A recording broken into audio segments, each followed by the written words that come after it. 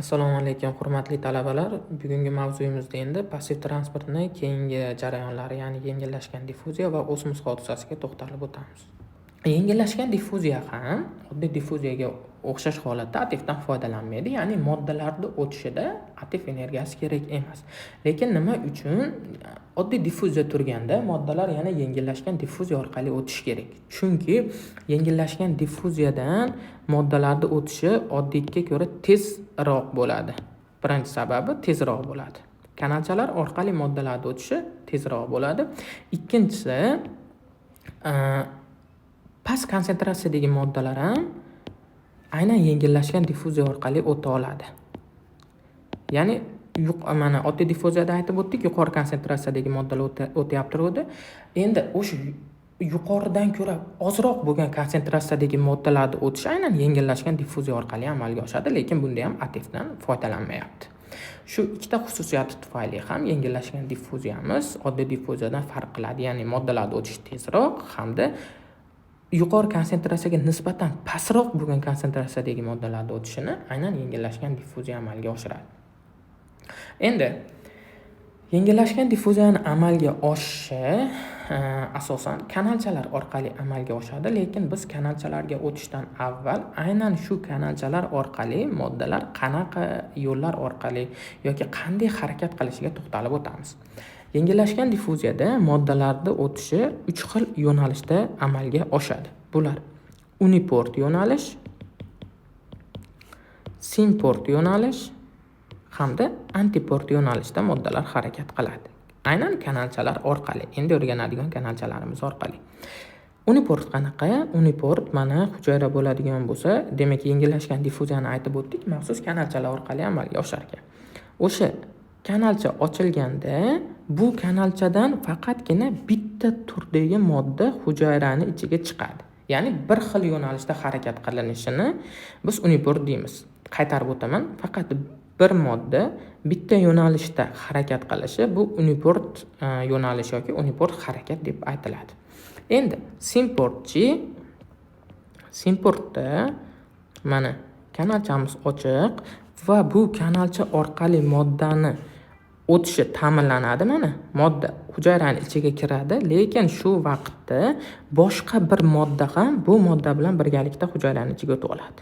Bu simport deyiladi. Simport so'zi xuddi simbioz so'zidan olingan. Biz bilamiz, simbioz bu so'tlarda mavjud edi, ya'ni hamkorlikda yashash edi. Xuddi shunaqa mana simportda ham bitta modda o'tyapti, boshqa bir sherigini shu kanal orqali o'tishini ham ta'minlab beryapti. Xuddi ko'cha tilida aytadigan bo'lsak, oshnasini olib o'tib ketyapti. Bu simport deyilyapti. Xo'p. Endi antiport nima? Antiportda yana hujayra bo'lsa, hujayrani yuzasidagi kanalcha ochiq. Anti bilamiz, demak qarama-qarshi. Bundan oson tushunib olamiz. Bitta modda hujayraning ichiga harakat qiladigan bo'lsa, ikkinchi modda hujayrani tashqarisiga harakat qiladi. Ya'ni bular qarama-qarshi yo'nalishda harakatlanadi. Aynan shu yo'nalishda biz antiport yo'nalish deb aytamiz. Bu o'sha yengillashgan diffuziyadagi hozir o'rganadigan maxsus kanalchalarimiz orqali moddalarni tashilish yo'llari. Ular uniport tarzda harakat qilishi mumkin kanalcha orqali, simport tarzda harakat qilishi mumkin hamda antiport tarzda harakat qilishi mumkin ekan. Endi kanalchalarga to'xtalib o'tsak bo'ladi. Yengillashgan diffuziyani ta'minlaydigan kanalchalar asosan 4 xil bo'ladi. 4 xil.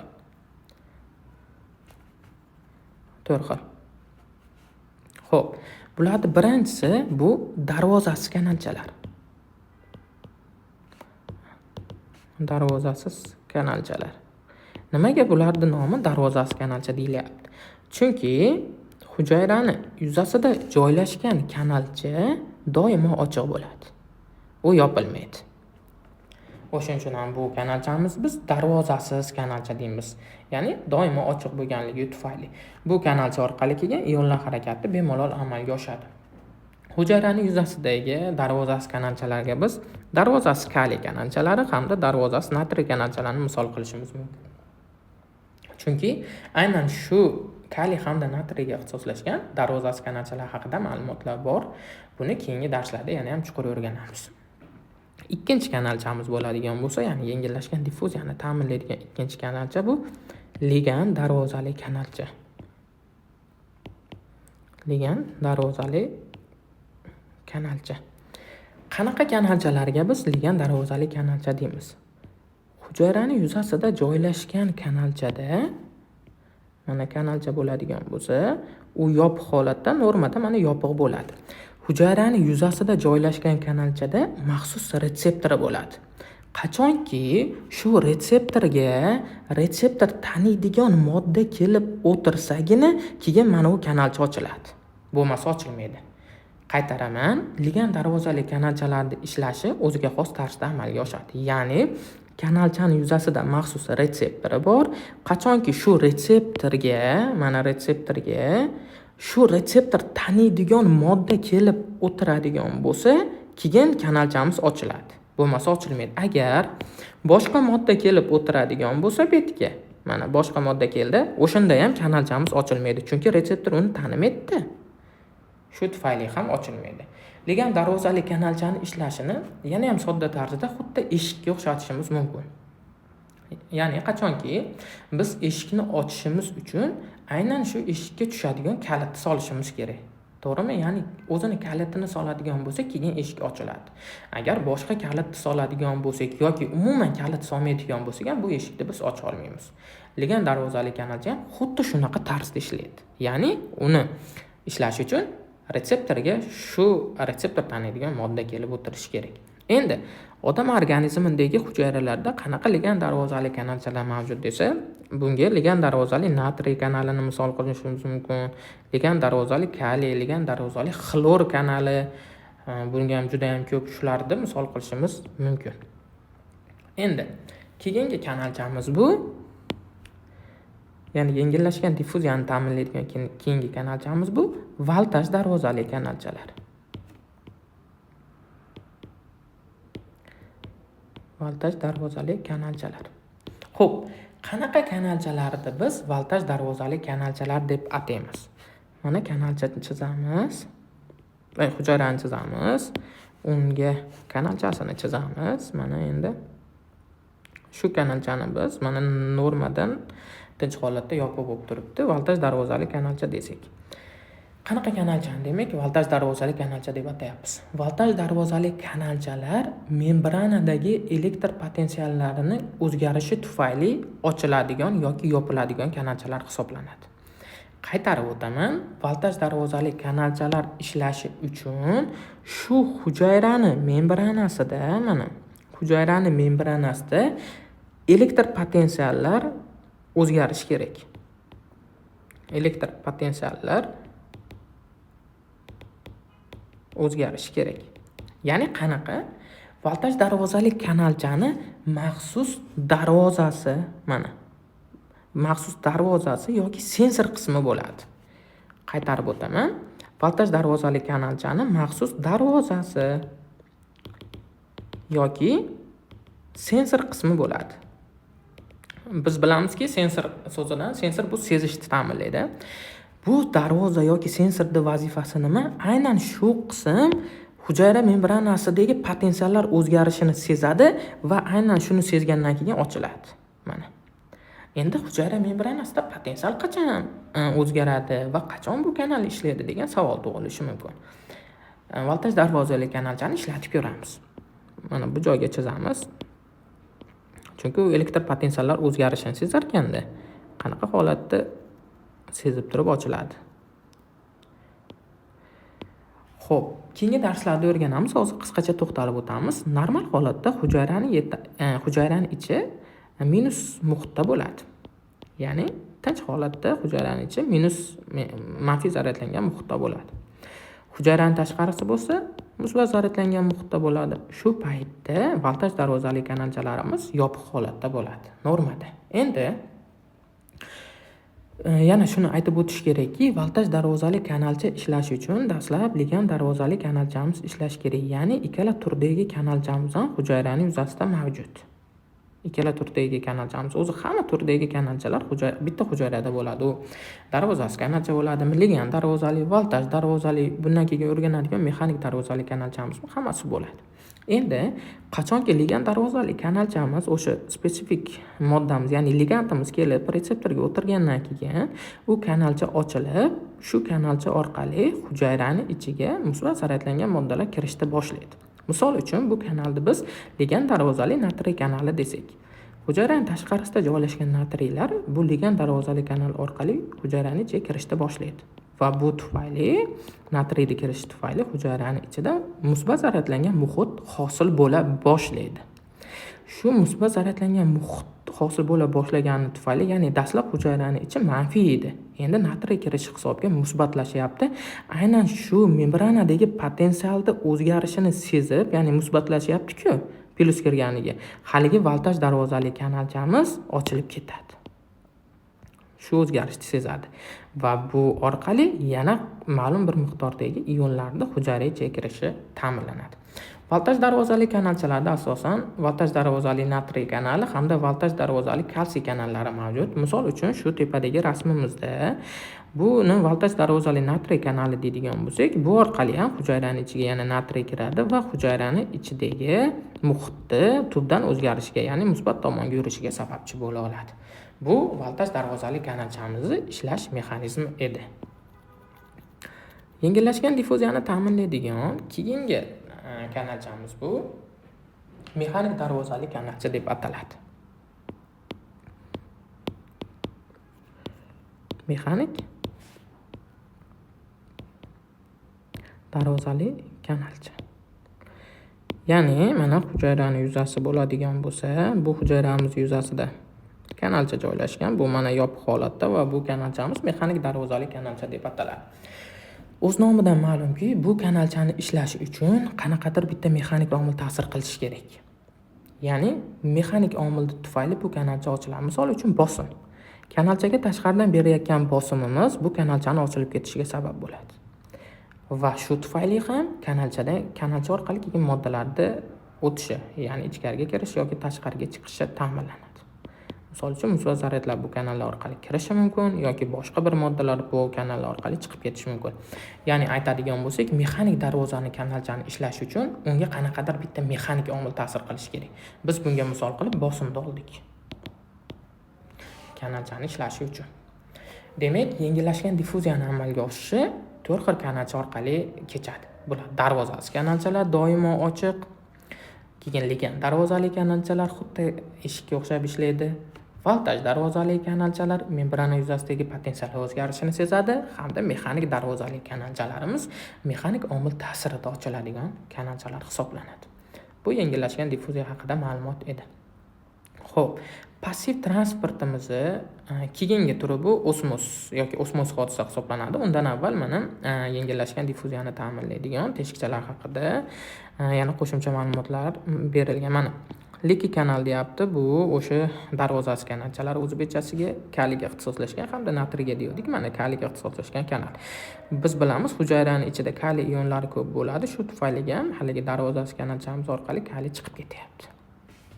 Voltaj darvozali kanalcha, mana voltaj darvozali kanalchani mana ko'rayotgan bo'lsangiz, o'sha biz aytganligi sensor qismi yoki darvoza qismi. Hali membranadagi potensial o'zgarishini sezadigan, shunga qachonki membrana potensiali o'zgargandan keyin o'sha minusdan plusga yurganda ochildi.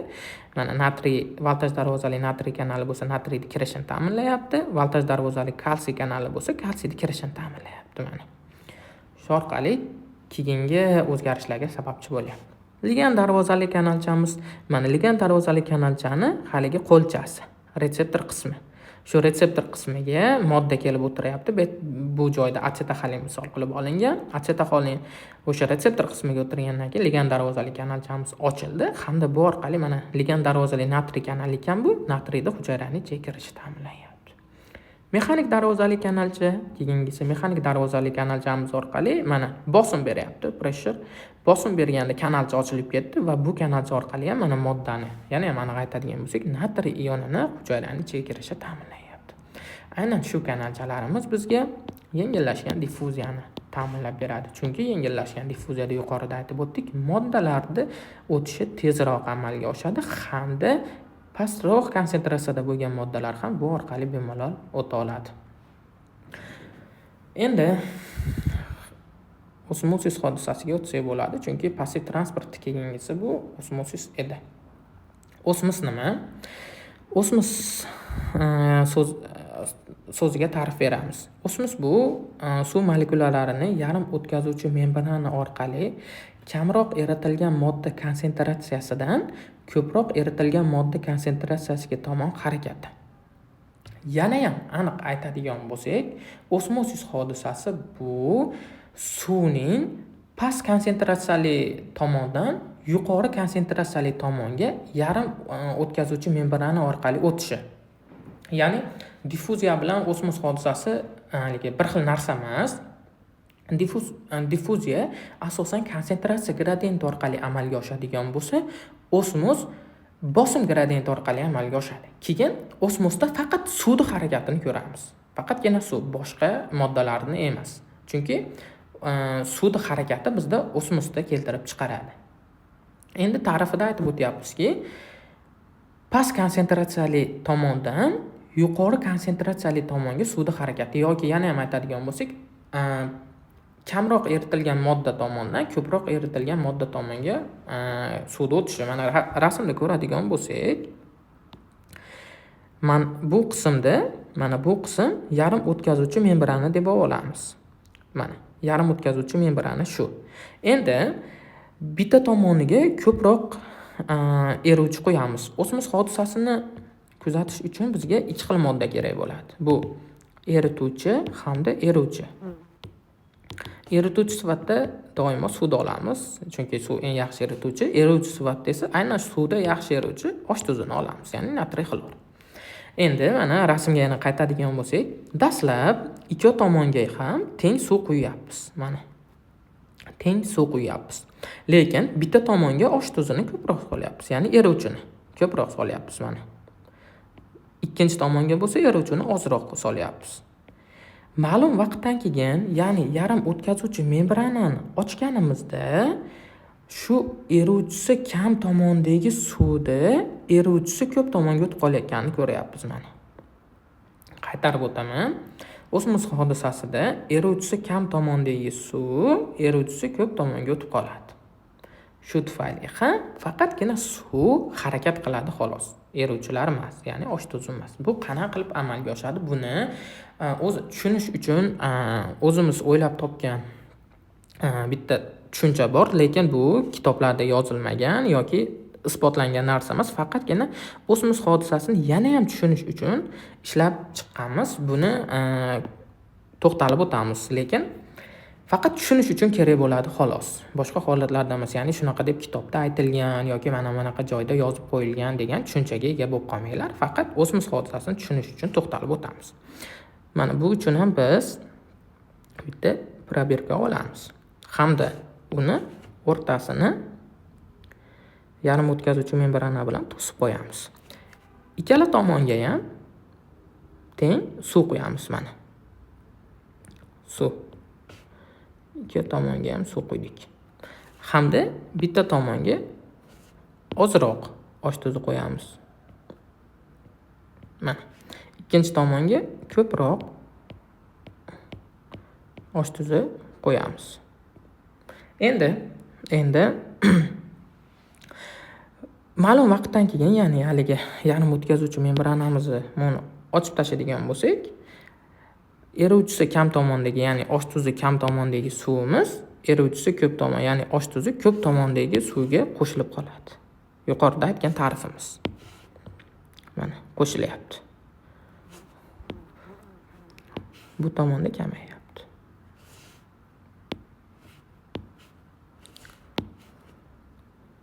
Kamayapti.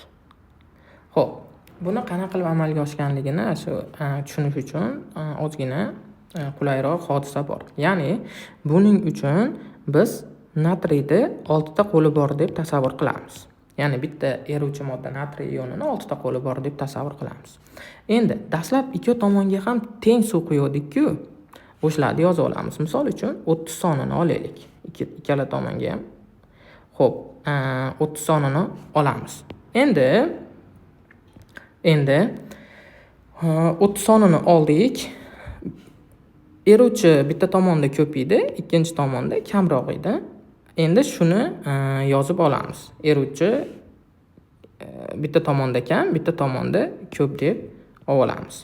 Mana bitta ko'radigan bo'lsak, bitta tomonda bitta, 2 ta, 3 ta, 4 ta eruvchimiz bor. Ya'ni 4 ta natriy bor deb olsak bo'ladi.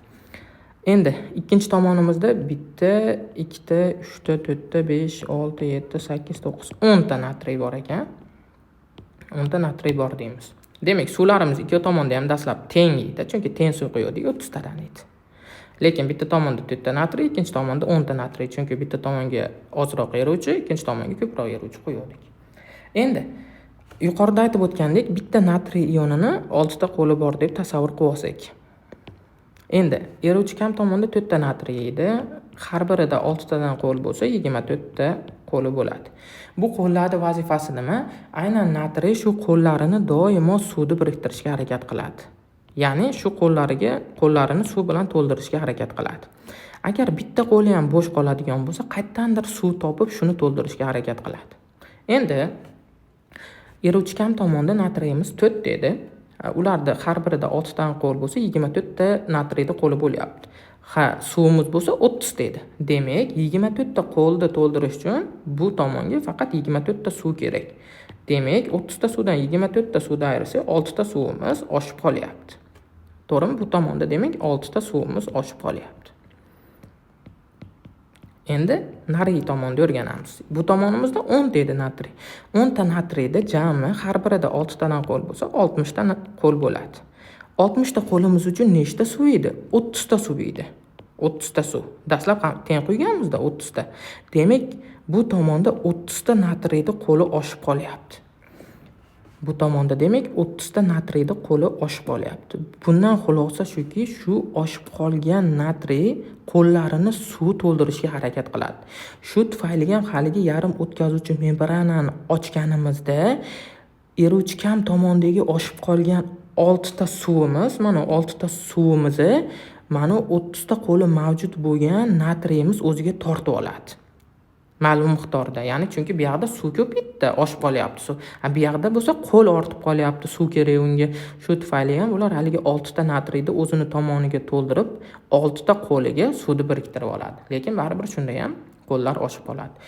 Bu osmosis hodisasini tushuntirish uchun bitta misol xolos. Lekin adabiyotlarda natriyda 6 ta qo'li bor, shu orqali suvni biriktiradi degan joy yo'q. Bu osmosis hodisasini tushunish uchun o'ylab topilgan, o'zimiz tomonidan o'ylab topilgan bitta arifmetik holat xolos.